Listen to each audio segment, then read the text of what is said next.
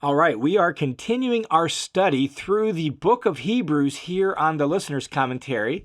And in this recording, we're going to be looking at Hebrews chapter 7, verses 1 through 10. And we've been building up to this point in the message of Hebrews for some time. The message we're going to really begin unpacking in detail for the next several chapters, really, is the significance of Jesus' high priesthood and his work as high priest. And as I noted, we've been building up to it for a while. Jesus' high priesthood was first mentioned in Hebrews chapter 2, verse 17. There, the author of Hebrews says, "Therefore, in all things he had to be made like his brothers, so that he might become a merciful and faithful high priest in things pertaining to God, to make propitiation for the sins of the people." So that's Hebrews 2:17. Well, then again in chapter 3, verse 1, his high priesthood is just mentioned in passing, Jesus as the apostle and high priest of our calling. Then in 4:14 and following, the author takes up the theme of Jesus' high priesthood and begins to develop it more fully in that section there in 4:14 through 5:10. And in that context, in 4:14 through 5:10, he quotes from Psalm 110, verse 4, about the Messiah going to be a priest from the order of Melchizedek. And he ends the section in chapter 5, verse 10 by saying that Jesus was designated by God as a high priest according to the order of Melchizedek. And then he notes that he wants to say more about that, but it's difficult to understand, so he pauses for a while to challenge them on their maturity in the faith. And so you have that long exhortation from 5:11 through 6:20. So that's all the setup. That's the context that leads up to this moment. And he ends that exhortation in chapter 6, verses 19 through 20 by saying, "This hope we have as an anchor of the soul, a hope both sure and reliable, and one which enters within the veil." He'll explain that in chapter 9 and 10, where Jesus has entered as a forerunner for us, having become a high priest forever according to the order of Melchizedek. And so he wraps back around to where he left off in chapter 5, verse 10. So as I noted, he's been building up to where we're at in chapter 7 for quite some time, hinting at, developing the initial bits about, quoting the passage that now is going to become central, Psalm 110, verse 4, all about Jesus being the high priest according to the order of Melchizedek. And so now here we are.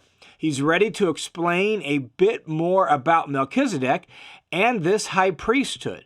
And so in chapter 7, 1 through 10, the subject of this recording, he is going to focus on specifically who Melchizedek is and what's significant about his high priesthood. So this is like part 1 of his discussion of Melchizedek's high priesthood. Part 2 will come in chapter 7, verse 11 through 25, where he'll then draw out the implications regarding this as it pertains to Jesus himself. So, chapter 7, 1 through 10, focuses on the actual story of Melchizedek and why it matters and why Psalm 110, verse 4 would quote it and as pertinent to the Messiah. So, this section, verses 1 through 10, has 2 parts. Chapters 1 through 3 simply recalls the story by summary of Melchizedek from Genesis 14. And the key fact in that summary is a perpetual priesthood. That's what Psalm 110, verse 4 capitalizes on. So 1 through 3 simply recalls the story of Melchizedek.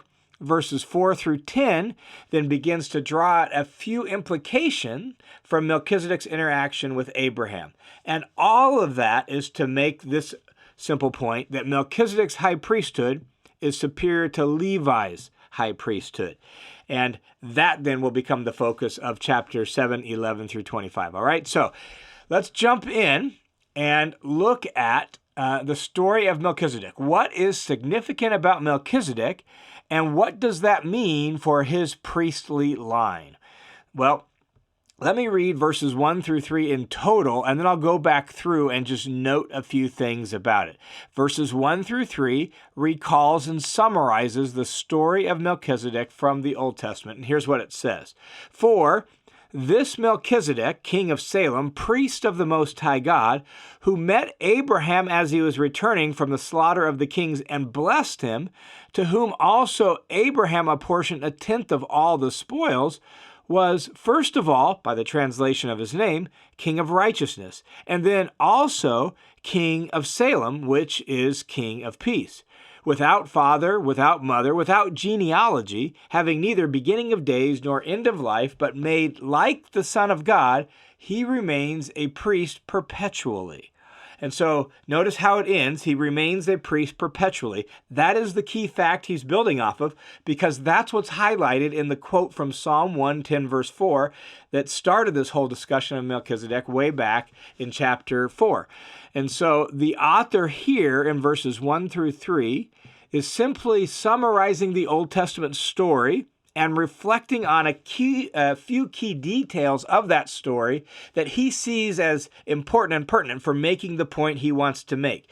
And as I noted, this all is motivated by that quote from Psalm 110, verse 4, that he quoted in chapter 4 of Hebrews, which says that the Messiah will be a priest in the order of Melchizedek.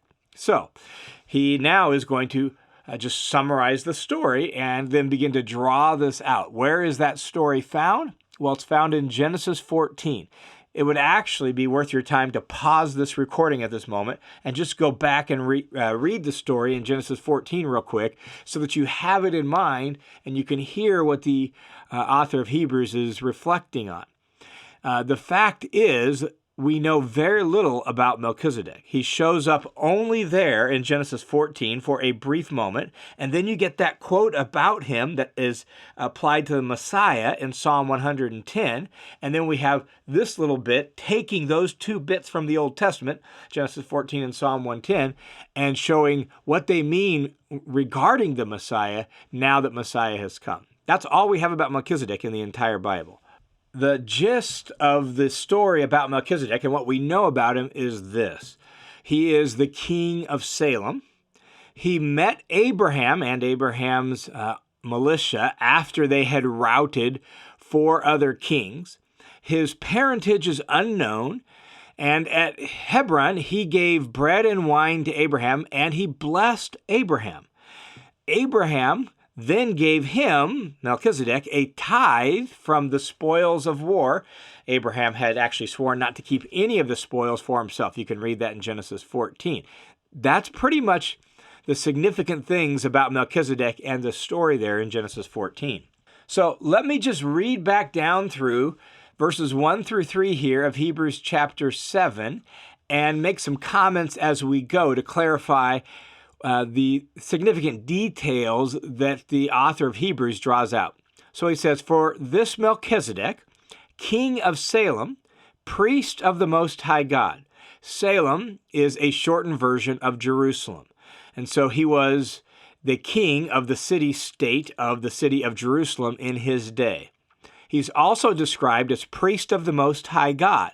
And it's those two titles, those two roles that he plays, king and priest, that actually allows him to be connected to the Messiah in Psalm 110, as well as here in Hebrews, because the Messiah is both king and priest.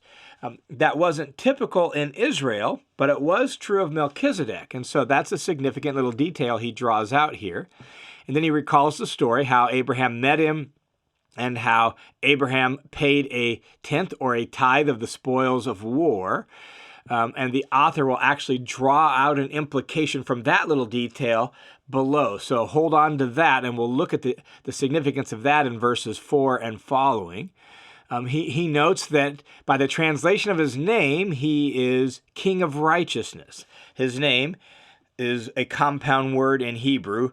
You can see it if you just split Melchi and Zedek. Zedek is the word for righteousness in Hebrew, and then the Melchi is from the root word for king. So he's king of righteousness, and then he's also king of Salem. And if you translate the word Salem, you can see the word shalom in it, right? The Hebrew word for peace. And so he's also the king of peace. Both of these, king of righteousness and king of peace, the author finds some point of connection with Jesus, which is why he notes them here, all right? And so he continues in verse 3 to draw attention to a really important detail that just is the way Melchizedek appears in the Genesis record. He just appears with no family record, no lineage. He just is there on the scene, and then he's gone. That's it. So that detail is actually important for why he's quoted in Psalm 110 and what it means with regarding the Messiah. So verse 3 says, without father, without mother, without genealogy. Notice that. That's the idea. He has no family lineage. Big deal in the ancient Near East, big deal in the Jewish culture in which family records were well kept and well known and super important. He doesn't have any. He doesn't show up in the record with any lineage. There's genealogies all through the early chapters of Genesis, but none for Melchizedek. Where does he fit in? Which lineage does he come from there in Genesis? He's not mentioned in any of the genealogies there. Without father, without mother, without genealogy, having neither beginning of days nor end of life, but made like the Son of God, he remains a priest perpetually. And the idea of without father, without mother, without genealogy, neither beginning, neither end of days, like we don't have to take that literally. I mean, it could be, right? But it's an argument from silence. There's no mention of Melchizedek's lineage or even his death in Genesis. And the idea, in fact, Jews actually use this phrase without father, without mother for persons whose parentage is unlisted. They even use it sometimes of proselytes because they had become Jewish, and so now it's like they don't have any family lineage because now they're like a Jewish person, right? And so the idea really is that his parentage was unknown, and his death is not mentioned.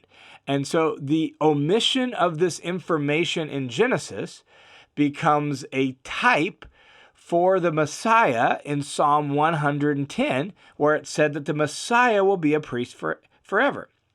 Now, could this be literal? Well, it's possible, right?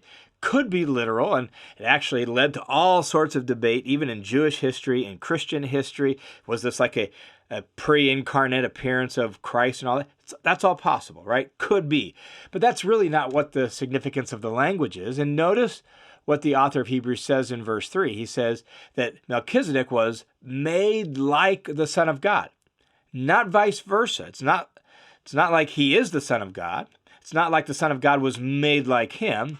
It's that he here in the story appears in such a way that he can be a type, a pattern for what's going to be literally true of the Messiah. So what's true in narrative form for Melchizedek, he has no lineage and there's no record of his death, is true of the Messiah in fact, in reality. So Melchizedek in the story is like a perpetual priest. He just shows up, there he is. That becomes a type of what's true of the Messiah, in fact, in reality. And so that's his summary of the highlights from the Melchizedek story. Now what the author of Hebrews does is, in verses 4 through 10, he goes on to draw out some implications of Melchizedek as king and priest in relation to the priesthood of Levi. The priesthood of Levi is the priesthood commissioned by the Old Covenant law. All of this he's going to continue to build on in the chapters to follow. In fact, Jesus' high priesthood and his work as high priest is really going to dominate the rest of the explanation sections of the book of Hebrews. And so we're now really in the great heart of the point the author of Hebrews wants to make. So here in verses 4 through 10, what are some of these initial implications about Melchizedek concerning the priesthood of Levi? Here's what he says. Now, just observe this, he says. Now observe how great this man, that is Melchizedek, was, to whom Abraham, the patriarch, gave a tenth of the choicest spoils. I mean, Abraham's the patriarch. He's like the founding father of the Jewish people, right? He is the chosen one through whom the promise of God is going to be carried forward. And that's how great he is. But notice, Abraham gave the choicest of the spoils to Melchizedek. So in view of how great Abraham was considered to be, Well, think about then how great Melchizedek must be if Abraham actually paid him a tithe. Not only that, but under the Old Covenant, the covenant through Moses, who was supposed to collect tithes? Who was supported by the tithes? Well, it was the priests and the Levites. So, what does the fact that Abraham paid tithes to Melchizedek suggest in regard to the Levitical priesthood? Well, that's where the author of Hebrews goes next in verse 5. And so he says, "And those indeed of the sons of Levi who receive the priest's office have a commandment in the law to collect a tenth, that is a tithe, from the people, that is, from their countrymen, although they are descended from Abraham." And so the Levitical priesthood is supposed to collect tithes from their fellow countrymen, the Jews, and they're all descended from Abraham. But, verse 6, the one whose genealogy is not traced from them, he's not part of their lineage, he's not part of their countrymen, we have no idea where he came from, right? The one whose genealogy is not traced from them, he actually collected a tenth from Abraham, and then he blessed the one who had the promises. So, to summarize just the key facts, the priests collect tithes. The priests are descended from Abraham. Melchizedek is not descended from Abraham, and Melchizedek actually collected tithes from Abraham himself, and he blessed Abraham. So what does all that mean? Well, look at verse 7. Verse 7 says, "But without any dispute, the lesser is blessed by the greater." This is the first key thing to think about. That's the way blessings work, right? The greater person blesses the lesser person. It's just the way blessings worked in the ancient world. Well, Abraham was blessed by Melchizedek, so Melchizedek must be greater than Abraham. Not only that, but what about tithes? Well, look at verse 8. In this case, mortal men receive tithes, but in that case, one receives them, of whom it is witnessed that he lives on. What is he getting at in verse 8? Well, the mortal men are the priests and Levites. You have an ongoing line from Aaron and onward, clear down to their own day, right? So you have this ongoing line of priests who die, and thus they have to get replaced. They have to, right? So in this case, mortal men, people who die, receive tithes, the priests and the Levites. But in that case, that is the case of Melchizedek. With Melchizedek, it's just him. And Genesis never mentions his death, so it's as if he had a perpetual life. And Psalm 110, verse 4, capitalizes on this feature of the story of Melchizedek. That's where he gets his idea of the point about a perpetual priesthood. You are a priest forever in the order of Melchizedek. Now, did he really? We don't know. The story is actually quite brief. There's no mention of his family of origin. There's no mention of his death. So in the narrative, it's, as I've noted, like he just appears and remains. All of which is what leads to Psalm 110, verse 4, applying him as a type to the Messiah.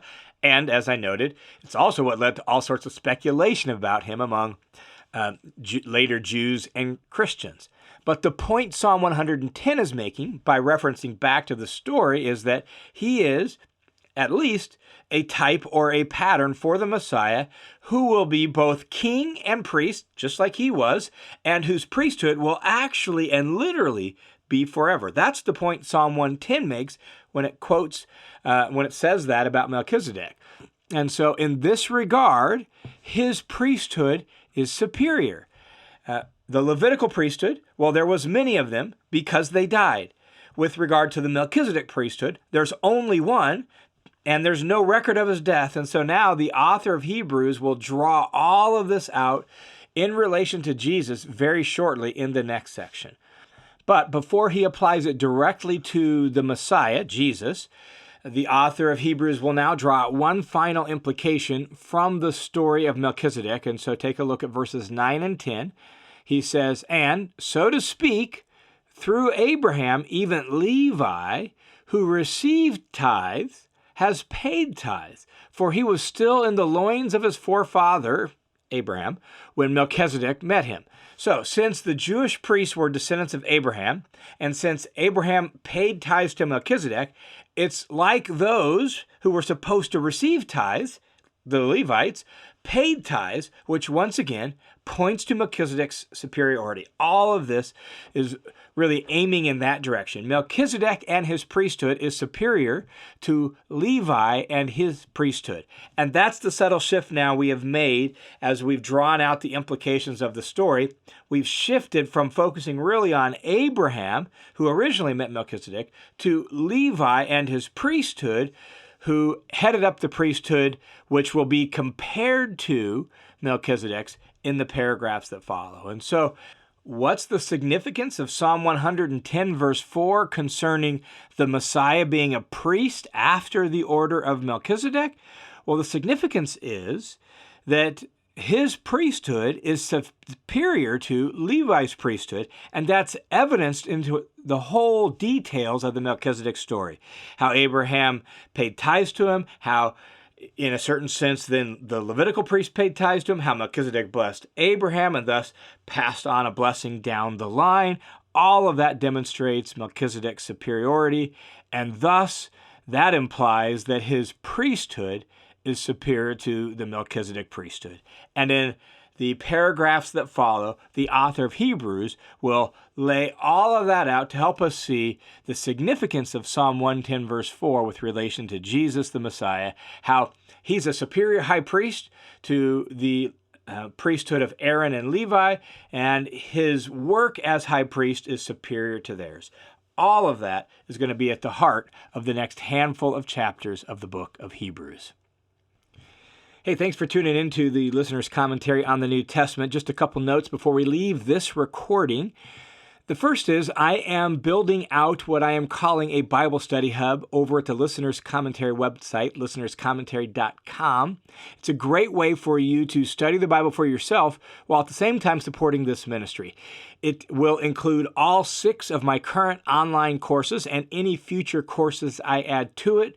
It has already quite a bit of bonus material beyond the audio, charts, maps, pictures, and other resources. And I'm going to be constantly adding more and more material to that that'll help you dig into some of these individual texts and study them more fully for yourself. And so if you want to support this ministry and you want to dig into the Bible more deeply for yourself, the Study Hub is a great way to do that. And also, if you want to support this ministry, you can do so simply by setting up a one-time or a recurring donation through the donation portal at listenerscommentary.com as well. All donations there are received in partnership with World Family Mission. Thanks a ton to all of you who already support this ministry. This ministry is simply made possible by your prayers and your generosity. So thank you so much. God bless.